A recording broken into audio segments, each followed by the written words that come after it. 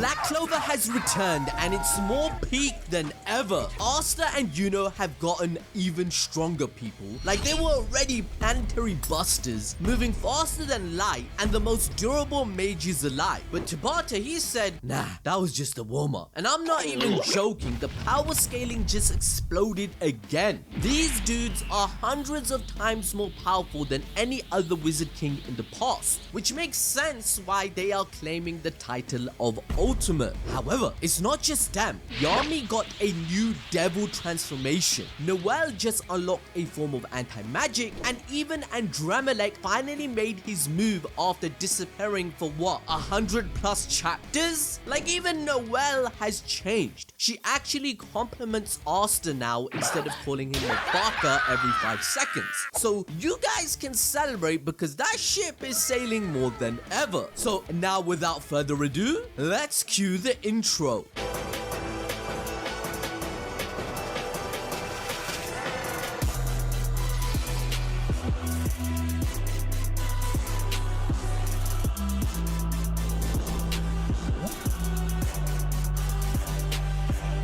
Chapter 384 begins with Asta regrouping with everyone after being revived by Mimosa. They all become top tier glazers. They're glad that their future Wizard King pulled through. Liber apologizes that their devil union became undone. His concentration and willpower depleted when Lucius used their mother Lucita as a human shield against them. This is what almost caused their death. But Asta tells his brother to shake it off and they've got this in the bag. We then have Leo literally doing the Vince Carter meme that he's got plenty of fight left, with his cousin claiming his firepower has gotten stronger than ever. Remember that Leo also sees Asta as a rival since the start of the story, and he tries to surpass his limits, and to do so he does training in the Heart Kingdom and also learns ultimate magic from the elves just like Noelle. We then witness something never seen before, and we've been waiting for this moment forever.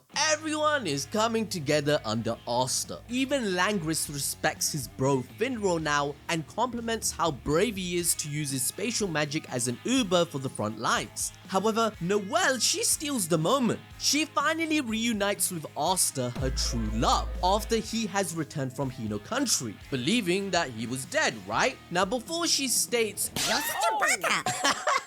That's my best Noelle impersonation. Get some help.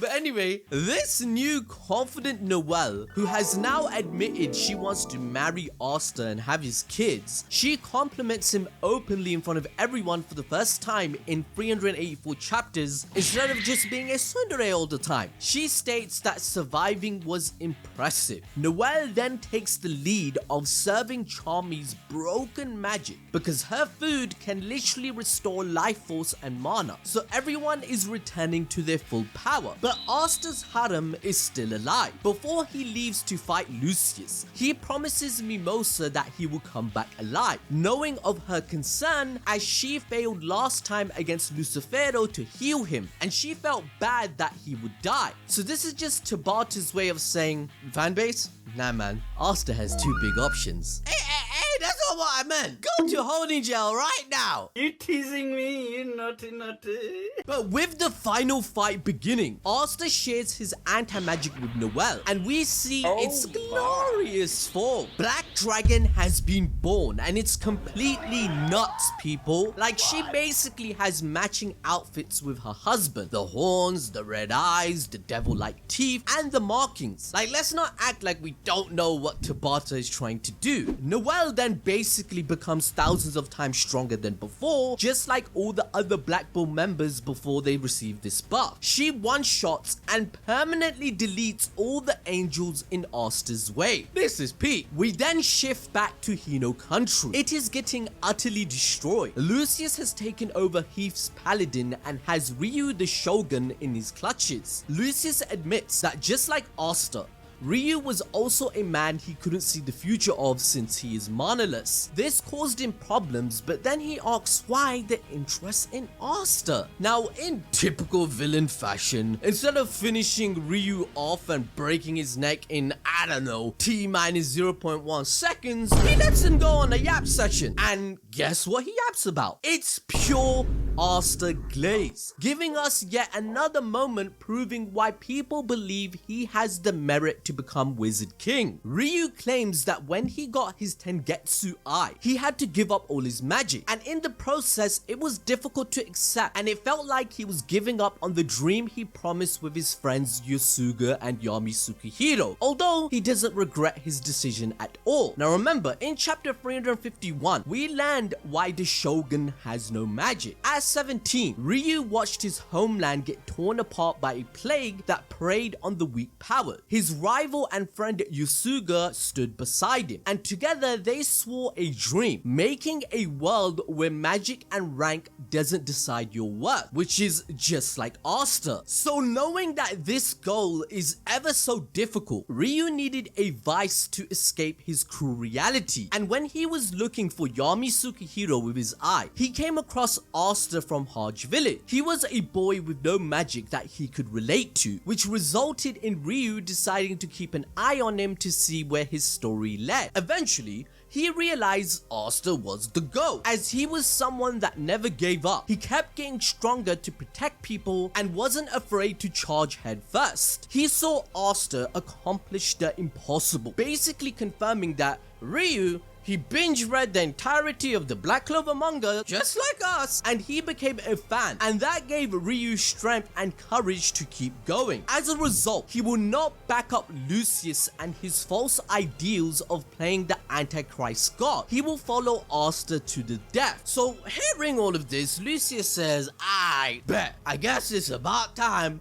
I break this dude's neck. But it's too late. Yusuga, the most powerful of the Ryuzen 7, saves the day, and he does a Zetan attack, cleanly cutting Lucius's head off. And things only go from bad to worse for Lucius. Those tens of thousands of timelines where he wins, they're becoming meaningless. The one singularity timeline where Asta wins is coming true, because whilst fighting Yuno with anti-magic, my guy thinks he's about to get the job done of killing him, but no, he gets blitzed. Yuno uses Asta's black meteorite in combination with his star conjunction magic, which makes him even faster than before. This lands a clean hit on Lucius, and he then drops the sword back to his brother. The GOAT returns at full power, and Lucius once again resorts to cheap tactics. He resurrects Asta's mother as a paladin, but this time the Brothers of Destruction have strengthened their resolve. They instantly kill their fake mother in one shot, as Asta declares that this fight is the final battle. The chaos causes widespread destruction throughout the Clover Castle, and this is symbolic in many ways. We see these guys do beautiful choreography destroying the entire palace, right? Just look at it.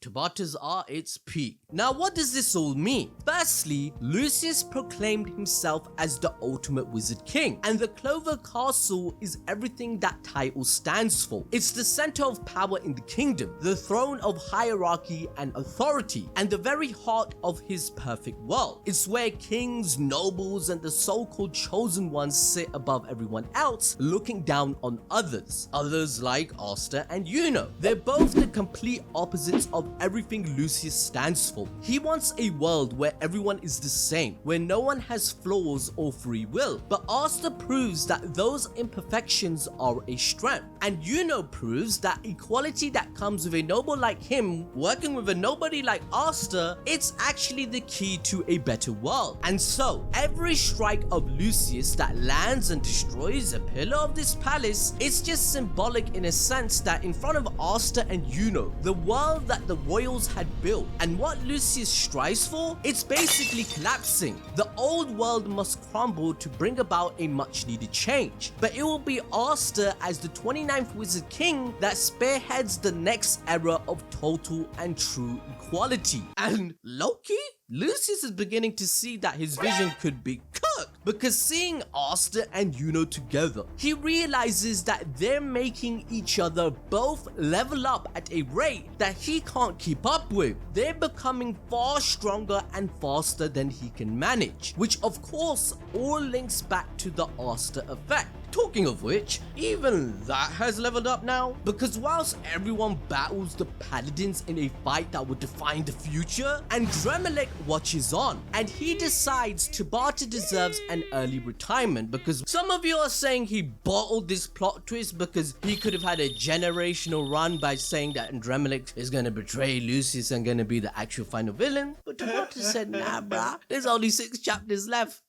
I need to wrap this shit up. Adrammelech basically saves them against Morgan, and he teams up with Yami to take him down. Now, we've spoken about how in the past in demonology, I read those demon books all those years ago just for you guys, so make sure you hit the like button and subscribe. In those demon books that Tabata is inspired from, Adrammelech basically refused to bow to Satan, seeing the ruler of hell as another false leader who replaced one form of oppression with just another, which is exactly what Lucius is doing. And so Adrammelech would often scheme against Satan in order to witness his failure. Thus, seeing Yami's body just sitting there as a perfect devil host material following the Tree of Cliff of Ritual that we all predicted, bro simply can't wait to start preying on Lucius's downfall. The reason being because humans are simply way more interesting to him ever since the Luciferal fight, which was of course a major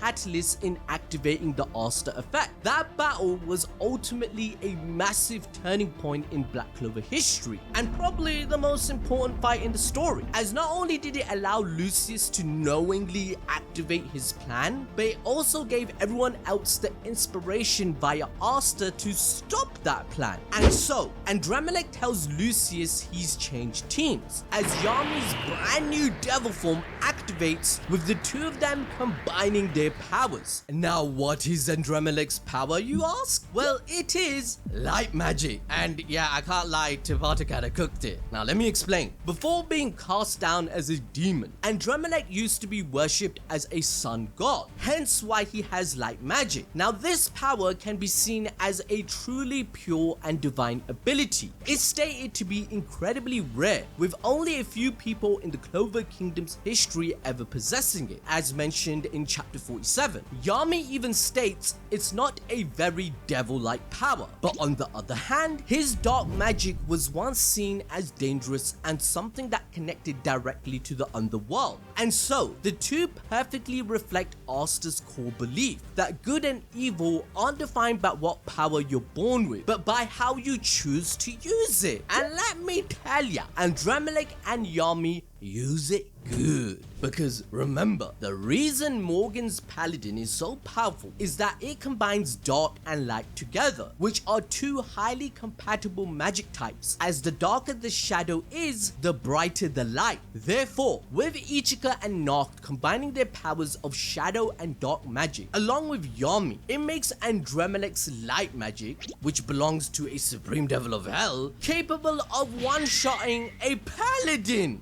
And if we're being honest, my guy saying it takes a devil to fight an angel? Hold up, that writing is kinda fire. I mean, at this point, it's not even a competition. Yami Tsukihiro is clearly the strongest captain. Morgan, before getting his new form, was already declared to be stronger than Lucius before he unlocked his new transformation of absorbing all the grimoire from the tower. So technically, Yami has just achieved a feat that no other captain has even come close to besides Fuegoleon with Hellfire, because chapter 386 shows her erasing Paladin Aesir in a single panel, proving that this monster wearing her best friend's face, Noelle's mother's face, it was nothing compared to the real thing. Now trust me, all of these off-screen fights, they're definitely getting full animation treatment when the anime returns. We're gonna eat good later, but for now, things go further insanity because Asta and Yuno are moving so fast, they literally vanish off the page. This is some platinum sperm vs Garo level choreograph. A constellation of after images that no one can follow proceeds. Lucius then starts shaking, calling it a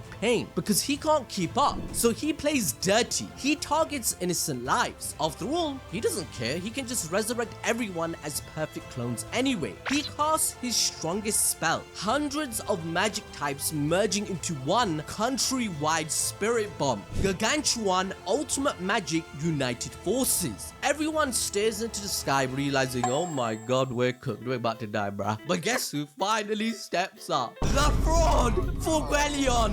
This man has done nothing for 150 chapters. He got the fire spirit salamander back in 2020 and he never did a thing with it until now. He tells Asta and Yuno, keep your eyes on Lucius, leave this to us. Then finally, he activates Spirit Dive. Now, okay, let's hold up. Why didn't he use this earlier? Against Morris, the Paladins, the Angels, whilst people were dying and begging for help? Well, forget good writing. This is aura and hype moments. Let him cook. तो बेटा एक काम कर, सरसों का तेल लगा के उल्टा लेट जा.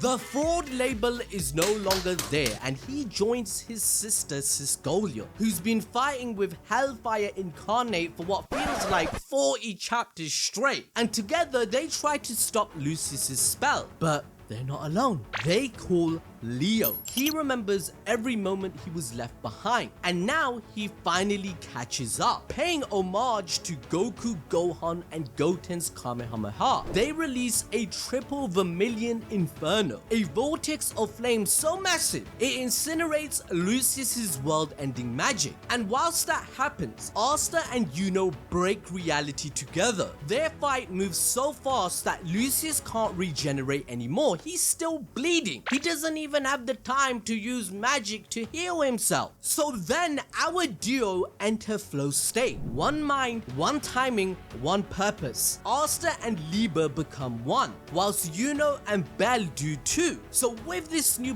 power up, they blast Lucius straight through his own magic. And now Lucius shows something we've never seen before. He's actually afraid. He knows it, we know it, we're in the endgame, bitch. Now to enjoy more peak fiction, watch this video about Light Yagami becoming a Shinigami in Death Note.